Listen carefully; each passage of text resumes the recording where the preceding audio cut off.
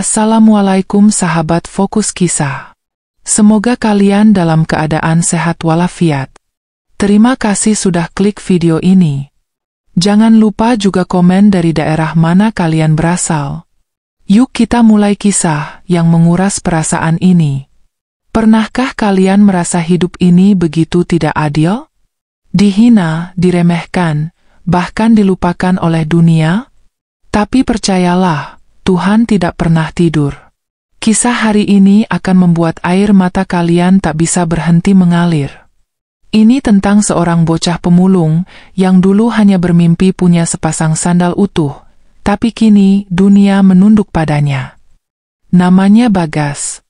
Bocah kurus dengan rambut acak-acakan dan kulit legam terbakar matahari. Setiap hari, ia menenteng karung goni besar di pundak kecilnya yang bahkan tak sebanding dengan panjang karung itu. Usianya baru 9 tahun, tapi tubuhnya seperti sudah terbiasa menggendong beban kehidupan. Kakinya tak beralas, penuh luka dan kapalan, berjalan tanpa tujuan pasti, hanya mengikuti kemana rezeki berupa sampah membawanya. Ia tak punya rumah yang layak, hanya gubuk reot dari potongan seng dan plastik bekas di pinggir bantaran kali. Di sanalah ia tinggal bersama neneknya yang buta total, satu-satunya keluarga yang ia punya. Saat pagi datang, suara burung tak menyambut Bagas seperti anak-anak lain. Yang menyambutnya adalah bau menyengat dari tumpukan sampah dan suara gaduh kendaraan kota yang melintas seolah menertawakan keadaannya. "Gus, bawa bekal ini ya. Cuma singkong rebus. Embah nggak bisa kasih yang lebih enak," ucap Mbah Sri dengan suara parau sambil meraba wajah Bagas. Dengan lembut, Bagas mencium tangan keriput itu. "Makasih, Mbah. Bagas seneng kok. Singkong ini enak."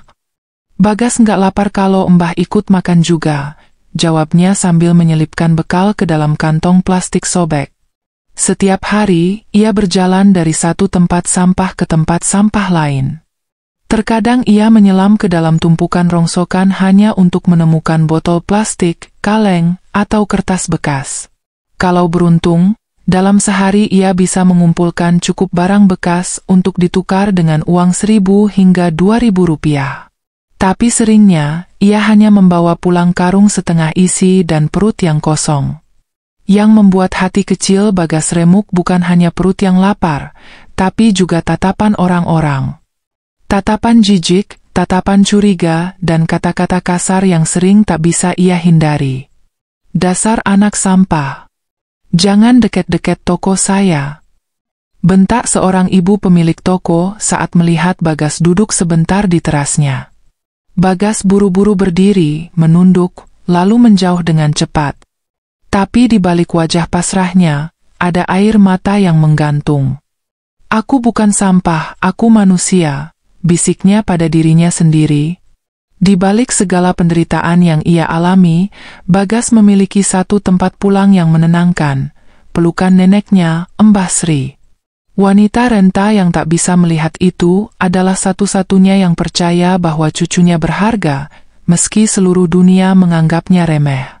Meski matanya tak lagi melihat, hatinya tak pernah salah merasakan kasih sayang yang tulus dari Bagas.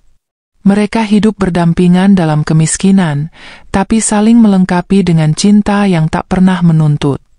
Setiap malam, saat dunia tertidur, Bagas dan Mbah Sri berbagi cerita di bawah cahaya lilin kecil. Gubuk mereka tak punya listrik. Hanya ada satu ranjang dari papan kayu dan bantal tipis yang sudah lusuh. Tapi di sanalah mereka merasa paling nyaman. "Mbah, tadi Bagas nemu uang 500 di jalan. Langsung Bagas beliin tempe goreng buat kita makan malam," cerita Bagas sambil tersenyum lebar, meski perutnya belum kenyang. Mbah Sri mengelus kepala cucunya. "Gus, kamu selalu bikin Mbah bangga. Jangan pernah bohong ya. Jangan pernah ambil hak orang lain." Pesan-pesan sederhana dari neneknya selalu ia tanam dalam hati. Bahkan saat orang-orang mencaci maki dan merendahkannya, suara Mbah Sri seperti tameng yang melindungi semangatnya. "Gus, hidup ini emang keras. Tapi hati kamu jangan ikut jadi keras. Sekalipun orang jahat sama kamu, kamu jangan balas dengan kejahatan juga.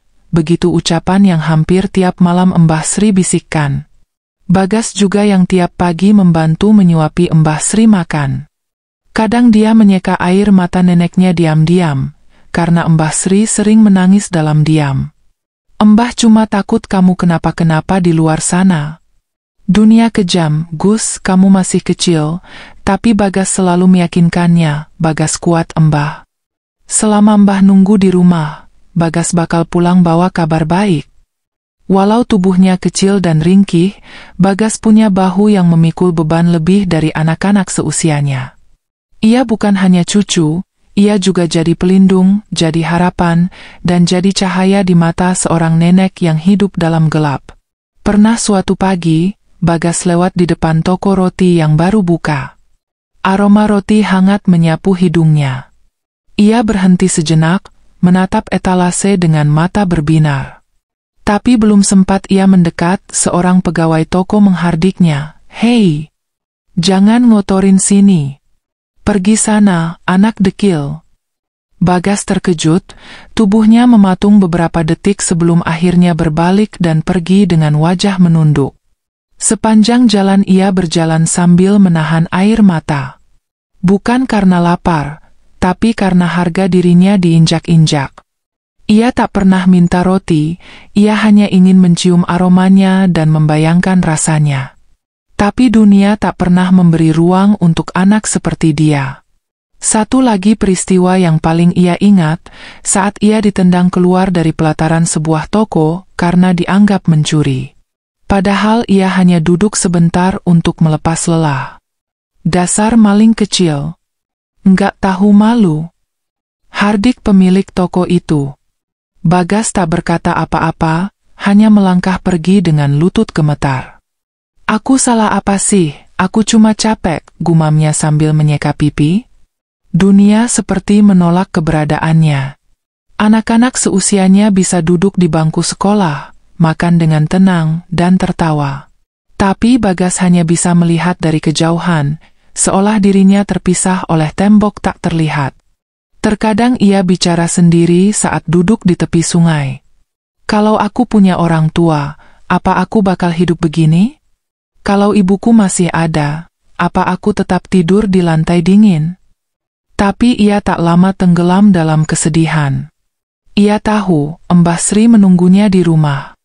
Dan senyuman neneknya adalah satu-satunya alasan ia bangkit tiap pagi.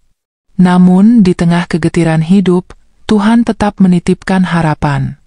Harapan itu bernama Rara. Seorang gadis kecil seumurannya, anak dari tukang sayur keliling.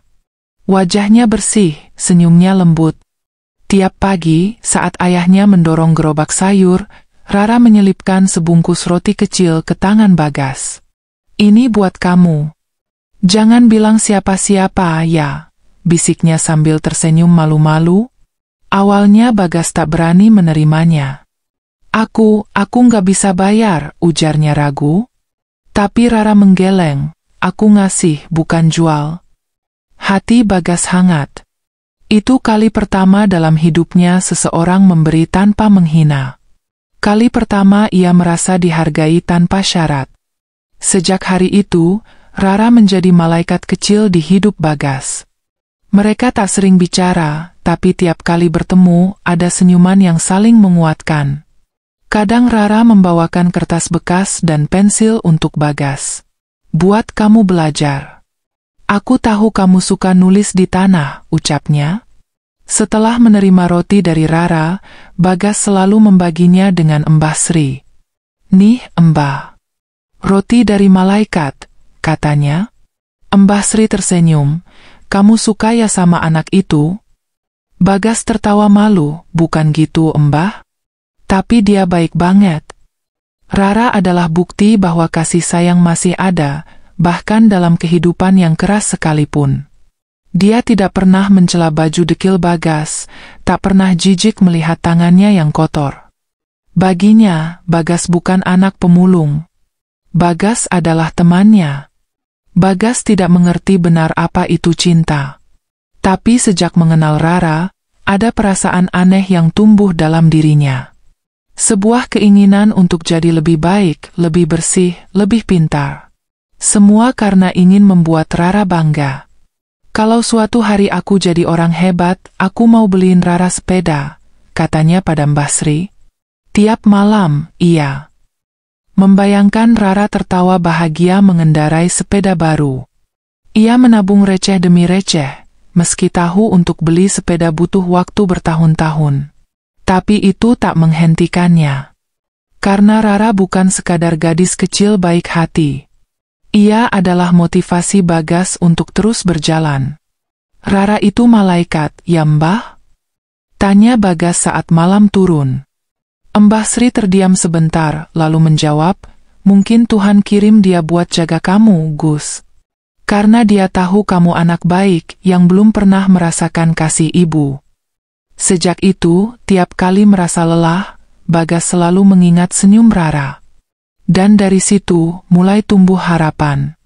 Harapan untuk sekolah, harapan untuk sukses, harapan untuk memberi hidup yang lebih baik bagi neneknya dan membalas kebaikan Rara. Aku janji, Mbah, suatu hari, aku bakal bikin semua orang berhenti hina Bagas. Aku bakal buktiin kalau anak pemulung juga bisa jadi orang, ucapnya sambil menggenggam tangan keriput Mbah Sri. Dunia mungkin tak peduli pada anak seperti Bagas. Tapi di dalam hatinya, ia punya kekuatan yang tak kasat mata. Cinta, kasih sayang, dan keyakinan bahwa ia diciptakan bukan untuk jadi sampah, tapi cahaya. Hari-hari Bagas berjalan lambat, tapi semangatnya justru tumbuh cepat. Ia mulai mencintai belajar, meskipun tak pernah benar-benar duduk di bangku sekolah. Setiap lembar kertas bekas yang ia temukan di tempat sampah menjadi buku. Potongan pensil yang sudah setengah terpakai adalah penanya. Ia belajar membaca dari potongan koran bekas dan mencocokkan huruf demi huruf sambil mengingat-ingat cerita yang pernah ia dengar dari radio tetangga. Suatu sore, ketika langit menggantung mendung, Bagas duduk di bawah jembatan dengan selembar kertas bekas dan pensil yang patah. Di hadapannya, huruf-huruf ia goreskan pelan, terbata-bata. B-A, Ba, G-A, Ga, Baga S, ia mengeja namanya sendiri. Tiba-tiba seorang bapak tua berhenti di depannya. Kamu bisa baca? Tanyanya heran. Bagas menoleh pelan, takut, tapi menjawab, sedikit, Pak. Saya belajar sendiri. Bapak itu, Pak Johan namanya, ternyata seorang pensiunan guru yang tinggal tak jauh dari jembatan. Sejak hari itu, ia sering mampir membawa buku bekas dan mengajarkan Bagas membaca. Kamu pintar, Gas.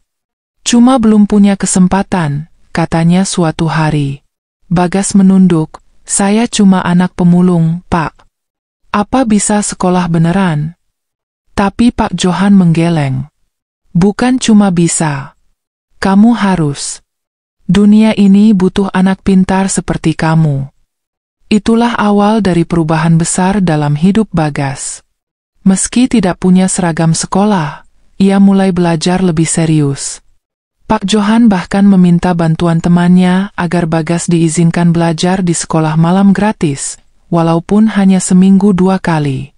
Dan setiap kali Bagas pulang, Mbah Sri mendengarkan cerita-ceritanya dengan mata berkaca-kaca. Bagas sekarang tahu nama pulau-pulau di Indonesia, Mbah. Besok mau belajar tentang pahlawan. Ucapnya dengan semangat. Mbah Sri tertawa kecil. Kamu sekarang lebih pintar dari Mbah ya? Mbah bangga banget. Tapi jalan menuju mimpi tak selalu mulus. Ketika orang-orang mulai melihat perubahan Bagas, tak semua senang. Beberapa pemulung lain merasa tersaingi. Anak-anak sebaya di jalanan mengejeknya karena dianggap sok pintar. Wah, sekarang anak pemulung udah mau jadi profesor. Ejek salah satu anak.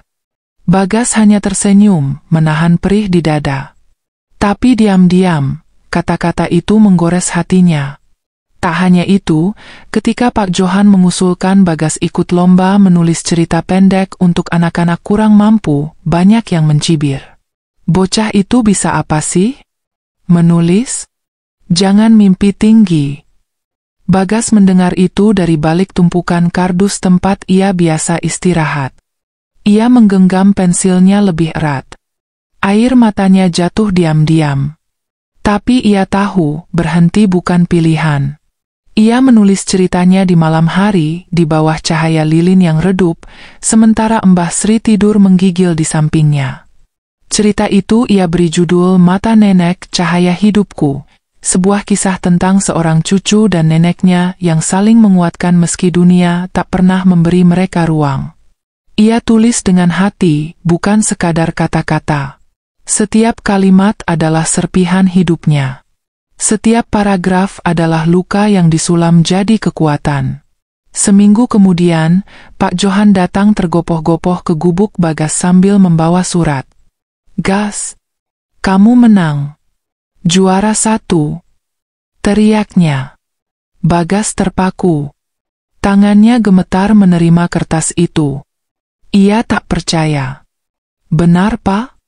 Saya beneran menang?" Tanyanya lirih. Mbah Sri bangun dari tidurnya, menggenggam tangan Bagas erat.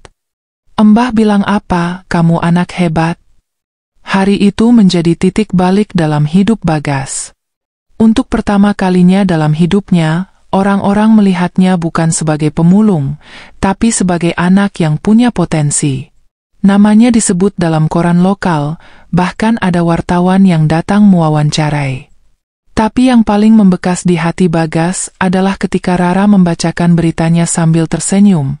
"Aku bangga sama kamu, Gas." Kemenangan itu menjadi pintu pembuka.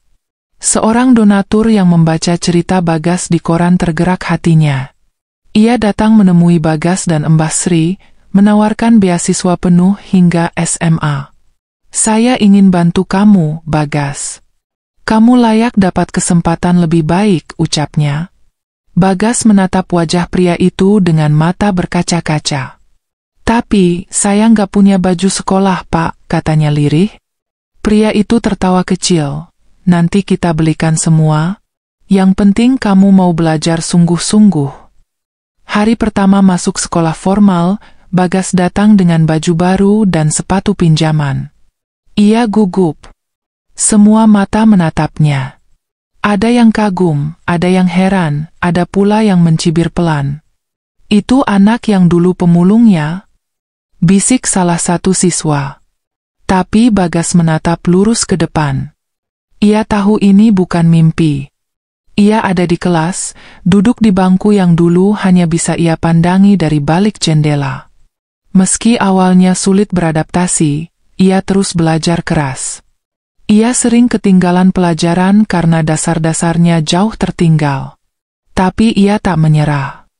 Pulang sekolah, ia mengulang pelajaran dengan bantuan buku bekas dan catatan pinjaman. Bahkan ia rela tidak jajan demi bisa fotokopi materi dari teman. Suatu hari, guru bahasa Indonesia memberikan tugas menulis esai. Bagas mengumpulkan tulisannya berjudul, "Aku Tidak Lahir Untuk Menyerah." Ketika dibacakan di kelas, beberapa siswa menangis. Bahkan gurunya pun terdiam. "Bagas, tulisanmu sangat dalam. Kamu punya bakat luar biasa," ujar guru itu. Bagas hanya tersenyum. "Saya cuma nulis apa yang saya rasakan, Bu." Dan setiap kali pulang, Bagas selalu memeluk Mbah Sri. "Hari ini Bagas belajar banyak, Mbah." Bagas bisa jawab soal matematika tanpa salah. Mbah Sri tak bisa melihat senyum cucunya, tapi ia bisa merasakannya.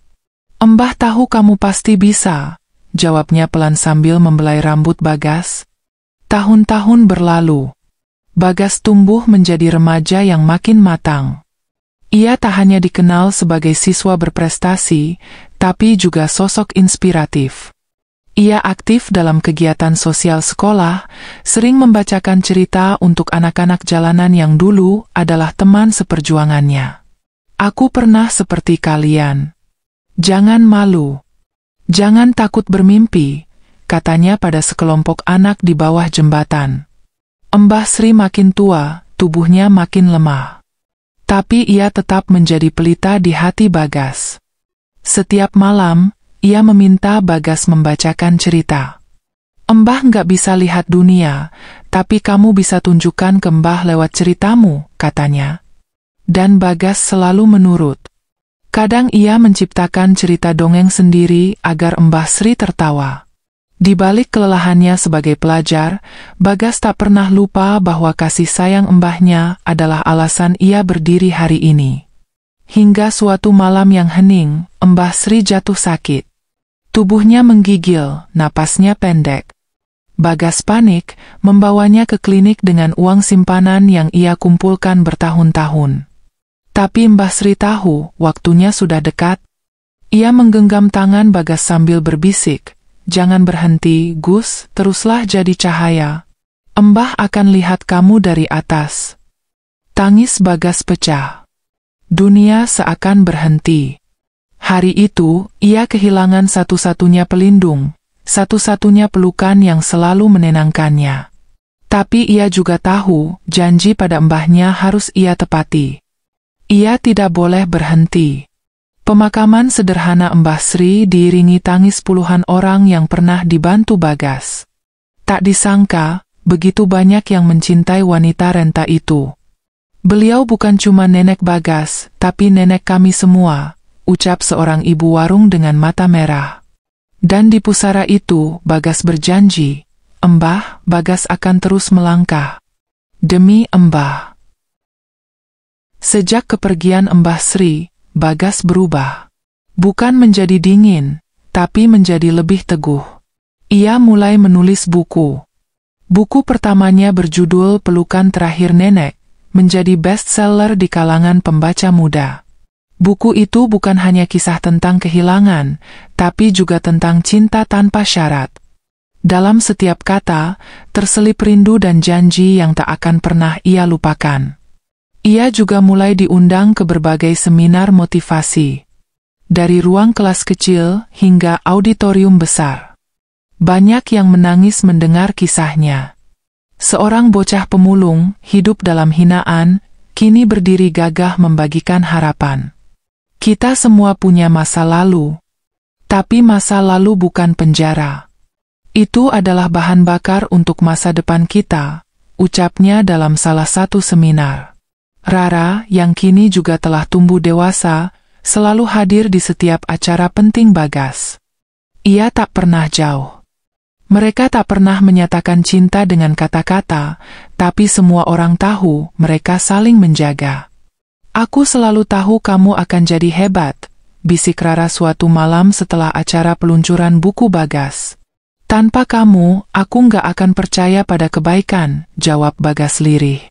Kini, Bagas bukan lagi bocah dekil dengan karung lusuh. Ia adalah direktur lembaga sosial yang membantu anak-anak jalanan mendapat pendidikan. Ia menyediakan tempat belajar, makanan, bahkan tempat tinggal untuk mereka. "Kalau aku bisa keluar dari kegelapan, mereka juga bisa," katanya tegas. Tapi meski dunia memujinya, di hati Bagas, yang paling berarti tetaplah suara lirih Mbah Sri dan senyuman kecil Rara. Karena dari cinta merekalah, semua keajaiban itu bermula. Setelah sukses dengan buku pertamanya, Bagas merasakan sebuah perasaan yang belum pernah ia rasakan sebelumnya, tanggung jawab.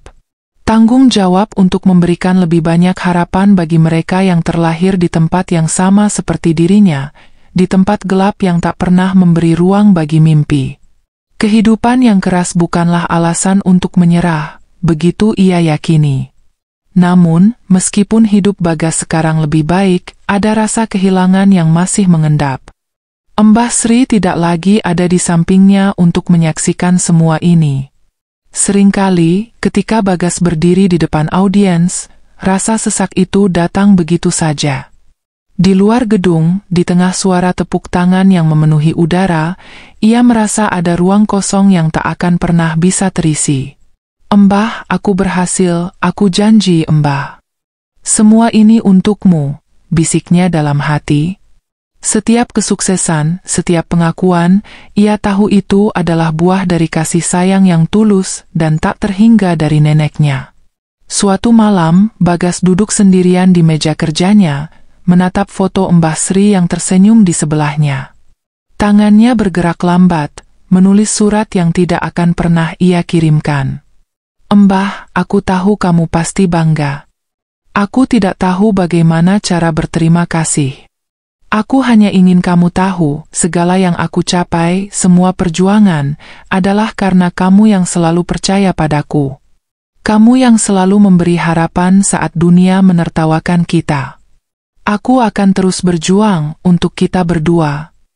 Surat itu diselipkan di dalam buku hariannya, bukan untuk dibaca oleh siapapun, hanya untuk dirinya sendiri. Sebuah pengingat akan bagaimana ia bertahan hingga titik ini. Dalam hati, Bagas tahu bahwa perjalanan hidupnya tak akan pernah lengkap tanpa Mbah Sri di sisinya. Namun, ia juga tahu bahwa hidup harus diteruskan, dan kini adalah saatnya ia membimbing orang lain untuk meraih mimpinya, seperti yang Mbah Sri lakukan untuknya dulu. Dengan kesuksesannya yang semakin berkembang, Bagas memutuskan untuk mengembangkan lembaga sosial yang ia dirikan untuk anak-anak yang terlahir dalam kondisi serupa dengan dirinya. Lembaga ini bukan hanya memberi mereka tempat untuk belajar, tetapi juga menawarkan mereka harapan. Setiap anak punya potensi. Mereka hanya perlu kesempatan. Itulah moto yang ia tanamkan pada setiap orang yang terlibat dalam lembaganya. Namun, ia tak hanya memberikan bantuan materi. Bagas lebih dari sekadar penyumbang uang. Ia menjadi mentor bagi mereka, berbagi cerita tentang perjuangan hidupnya, tentang bagaimana ia bisa mengatasi masa lalu yang pahit dan menjadikan semua itu sebagai batu loncatan untuk masa depan. Jika aku bisa melakukannya, kalian juga bisa, ujarnya dalam banyak kesempatan. Tahun demi tahun berlalu, dan semakin banyak anak-anak yang datang kepadanya dengan wajah penuh harapan. Bagas mengenal mereka satu persatu. Ada Dara, gadis kecil yang tidak bisa berbicara dengan jelas karena kelainan fisik, namun sangat pintar dalam menggambar. Ada Rudi, anak laki-laki yang dipukuli ayahnya dan ditelantarkan, namun memiliki semangat juang yang tak kalah besar. Ada juga Tini, seorang gadis yatim piatu yang selalu tertawa ceria meski tubuhnya sakit-sakitan. Mereka semua adalah anak-anak yang terlupakan oleh dunia, namun tidak oleh Bagas. Suatu hari, saat Bagas duduk bersama mereka di ruang belajar, ia bertanya, "Apa yang kalian impikan?" Ada yang menjawab ingin menjadi dokter, ada yang ingin menjadi guru, ada juga yang hanya ingin hidup bahagia. Namun, satu jawaban yang paling mengena di hati Bagas adalah jawaban dari Dara. Aku ingin menggambar dunia yang penuh dengan senyuman. Dunia yang bisa membuat orang-orang lupa kalau mereka sedang susah. Bagas terdiam sejenak, meresapi kata-kata itu. Senyuman Dara adalah senyuman yang mengingatkannya pada Mbah Sri. Seperti Mbah Sri, yang selalu berusaha membuat hidup Bagas penuh dengan harapan, bahkan ketika dunia di luar sangat gelap. Suatu hari, Bagas menerima kabar dari sebuah universitas besar di luar negeri yang menawarkan beasiswa penuh untuknya. Tawaran itu datang dengan harapan besar, bukan hanya untuk dirinya, tetapi juga untuk orang-orang yang telah ia bantu selama ini. Namun, di balik kebahagiaannya, ada keraguan yang mulai menghinggapi hatinya. Bagas tidak ingin meninggalkan lembaganya, tidak ingin pergi jauh dari anak-anak yang selama ini ia bimbing. "Aku sudah terbiasa di sini, Pak. Saya nggak tahu apakah bisa hidup jauh dari mereka," ujarnya pada Pak Johan yang kini menjadi mentor dan sahabatnya. Pak Johan, yang sudah mengenal Bagas dengan baik, hanya tersenyum dan meletakkan tangan di bahu Bagas. "Gas, dunia itu luas. Kamu sudah memberikan banyak pada anak-anak di sini. Tapi kamu juga harus memberi lebih banyak pada dunia luar. Anak-anak ini sudah punya kamu, dan kamu selalu bisa kembali. Tapi kesempatan ini tidak datang dua kali."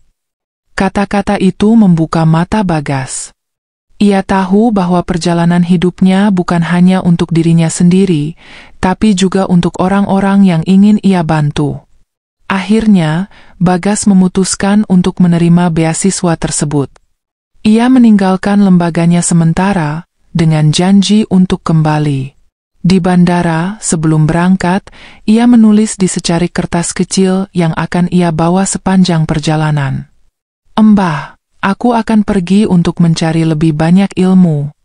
Aku akan kembali. Aku janji." Ia melipat kertas itu dan menyimpannya di saku jaketnya. Di luar sana, dunia menunggu dengan segala tantangannya, tetapi Bagas tahu bahwa ia tak akan pernah sendiri. Mbah Sri dan anak-anak yang ia bantu adalah kekuatannya. Mereka adalah alasannya untuk terus maju, tidak hanya untuk dirinya, tetapi untuk semua orang yang membutuhkan. Tahun-tahun di luar negeri adalah waktu yang penuh dengan perjuangan, tapi juga penuh dengan pembelajaran. Bagas menemukan bahwa dunia luar jauh lebih kompleks daripada yang ia bayangkan. Tidak semua orang yang ia temui mendukung tujuan-tujuannya. Beberapa menilai dia hanya sebagai anak jalanan yang beruntung, bukan sebagai seseorang yang layak untuk dihormati. Namun, Bagas tetap teguh pada prinsipnya. "Jika dunia melihat saya sebagai anak jalanan, maka saya akan menunjukkan bahwa anak jalanan juga bisa menjadi orang hebat," katanya pada dirinya sendiri setiap kali menghadapi rintangan. Dalam masa-masa sulit, Bagas selalu mengingat ajaran Mbah Sri, "Jangan biarkan dunia mengubah hatimu." Itu adalah prinsip yang menuntunnya melalui setiap kegagalan dan keputusasaan. Terkadang, ia merasa sangat rindu akan kampung halamannya, pada anak-anak yang dulu ia bantu. Namun, ia tahu bahwa ia harus kuat untuk mereka. Sebuah kesempatan besar datang ketika Bagas diundang untuk berbicara di depan para pemimpin dunia tentang pendidikan anak-anak kurang mampu. Itu adalah panggung besar, di hadapan ribuan orang penting dari berbagai negara. Dengan penuh percaya diri, Bagas berbicara tentang pentingnya memberikan kesempatan kepada anak-anak yang terlahir di keluarga miskin, yang hidup dalam keterbatasan, agar mereka bisa mengubah hidup mereka sendiri. "Saya adalah bukti nyata bahwa kesempatan itu adalah kunci. Saya dulu anak pemulung, sekarang saya berdiri di sini, berbicara untuk mereka yang tidak bisa bersuara," katanya dengan lantang. Setelah acara itu, banyak yang mendekatinya, menawarkan kerjasama dan dukungan untuk lembaga sosialnya. Dalam hati, Bagas hanya tersenyum. Ia tahu, ini adalah bagian dari perjalanan panjangnya untuk memberi lebih banyak kepada dunia, seperti yang Mbah Sri ajarkan padanya. Dan untuk pertama kalinya setelah sekian lama, Bagas merasa Mbah Sri berada di sampingnya, tersenyum bangga dari tempat yang jauh. Hari itu, Bagas berdiri di hadapan ratusan anak-anak dari berbagai daerah yang datang ke pusat pelatihan miliknya. Gedung sederhana yang dulu hanya berupa aula kecil kini telah menjelma menjadi pusat pembinaan anak-anak jalanan, yatim piatu, dan korban kekerasan rumah tangga. Ia menatap wajah-wajah lugu di hadapannya, yang sebagian masih menyisakan bekas luka masa lalu. Namun sorot mata mereka tak lagi redup. Ada nyala harapan di sana, nyala yang dulu juga pernah Bagas miliki saat menggenggam tangan Mbah Sri di kolong jembatan. "Dulu aku hanya bocah yang bawa karung goni, dicaci maki, dihina, dan dibilang gak akan jadi apa-apa," ucap Bagas pelan, suaranya bergetar menahan emosi. Anak-anak itu mendengarkan dengan hikmat. "Tapi satu hal yang bikin aku bertahan, ada seseorang yang percaya aku bisa. Kalian juga bisa, asal kalian percaya sama diri sendiri." Salah satu anak, Deno, mengangkat tangan kecilnya dan bertanya polos, "Kak Bagas, waktu kecil kakak pernah nangis enggak?"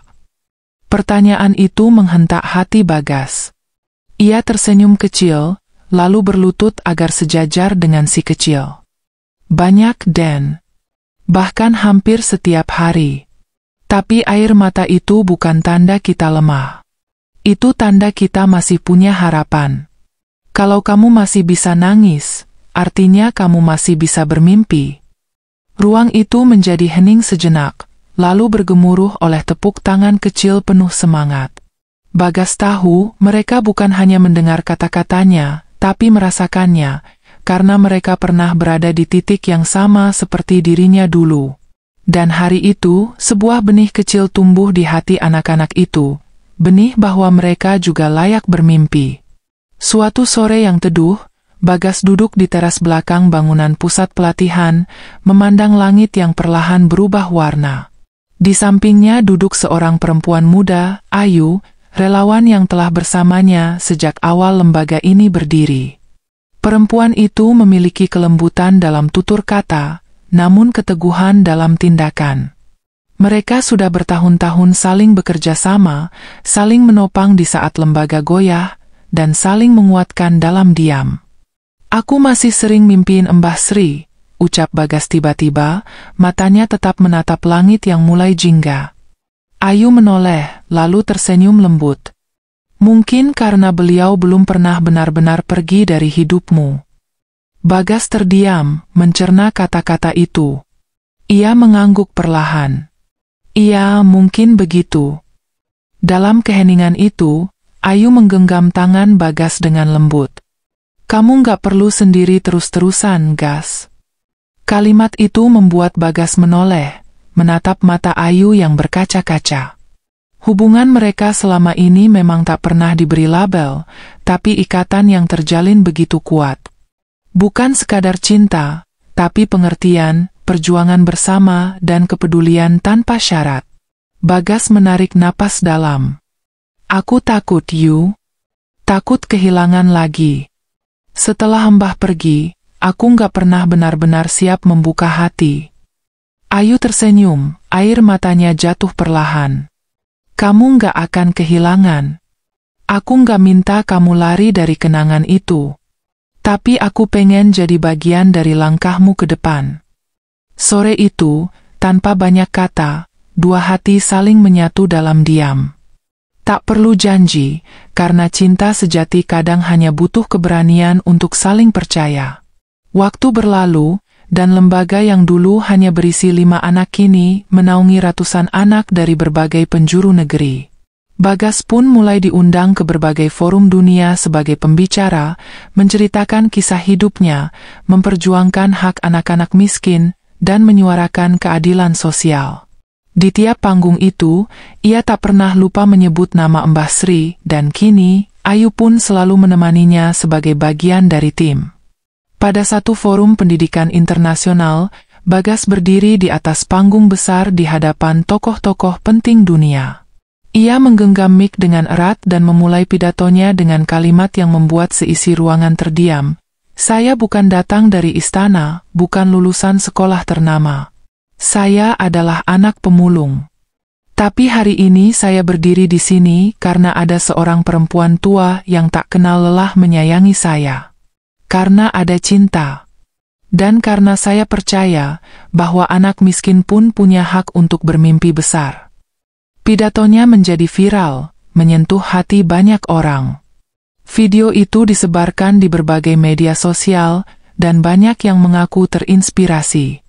Tapi bagi Bagas, penghargaan terbesar adalah ketika salah satu anak di lembaganya, Rani, berlari memeluknya sambil berkata, "Kak Bagas, aku mau jadi sekuat kakak.